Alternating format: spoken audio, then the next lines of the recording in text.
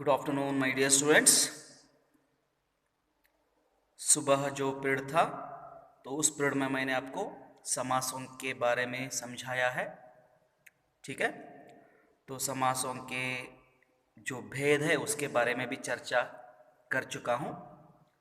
कुछ बच्चों को शायद मुझे लगता है ऐसा अभी तक समास के भेद कितने हैं, वो कौन कौन से हैं, इसके बारे में जानकारी ठीक तरह से मालूम नहीं होगी। तो इसी जानकारी को और एक बार आपको समझाने के लिए यहाँ पर उपस्थित हूँ। तो समास क्या होता है, समास की परिभाषा क्या है, इसके बारे में मैं अभी बताऊंगा आपको, बिल्कुल नहीं, लेकिन यहाँ पर समास के जो भेद है उसी को हम यहाँ पर क्या करेंगे, बताएंगे। तो कुल मिलाकर समास के कितने भेद हैं? 6 भेद हैं। कितने भेद हैं? 6 भेद हैं। समास के अंदर मूलतः 6 भेद होते हैं। तो 6 भेद जो है समास में, 6 भेदों को भी यहां पर आपको क्या करना है, 10वीं कक्षा में पढ़ना है। तो समास ये जो व्याकरणांश है 10वीं कक्षा की परीक्षा की दृष्टि से, सीबीएसई की दृष्टि से बहुत ही प्रामुख्यता रखती है। तो इसी जानकारी को बार बार मैं बताने के लिए यहाँ पर कोशिश कर रहा हूँ।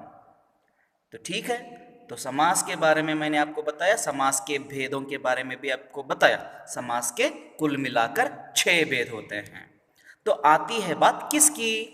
तो ठीक है सर, समास के भेद तो 6 हैं, ठीक है आपने बताया, लेकिन कौन कौन से हैं आप पूछेंगे, जरूर पूछिएगा।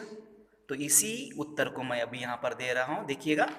तो समास के कुल भेदों में से, कुल 6 भेदों में से पहला भेद है द्वंद्व समास, दूसरा भेद है कर्मधारय समास, तीसरा भेद है बहुव्रीहि समास, चौथा भेद है द्विगु समास, पांचवा भेद है अव्ययी भाव समास, और छठा भेद है यहाँ पर तत्पुरुष समास। तो इस प्रकार समास के अंदर कुल मिलाकर 6 भेद होते हैं।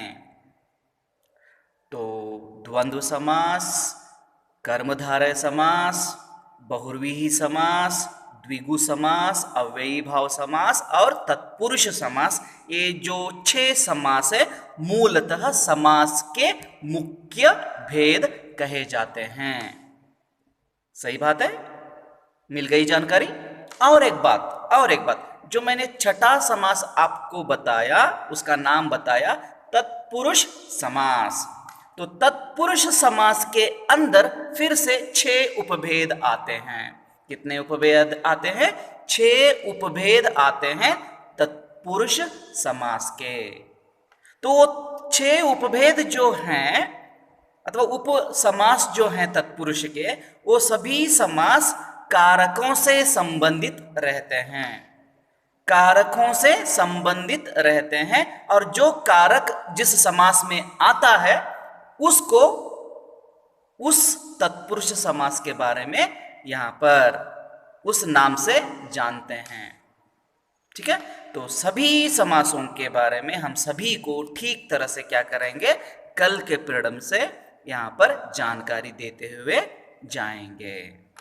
तो आपको पता चला होगा कि समास के भेद कितने हैं, वो कौन कौन से हैं, इसके बारे में आपको थोड़ी सी जानकारी मैंने अभी दी है। आपको शायद समझ में आ जाती है, आती नहीं है तो वीडियो को दोबारा देखने की कोशिश कीजिए।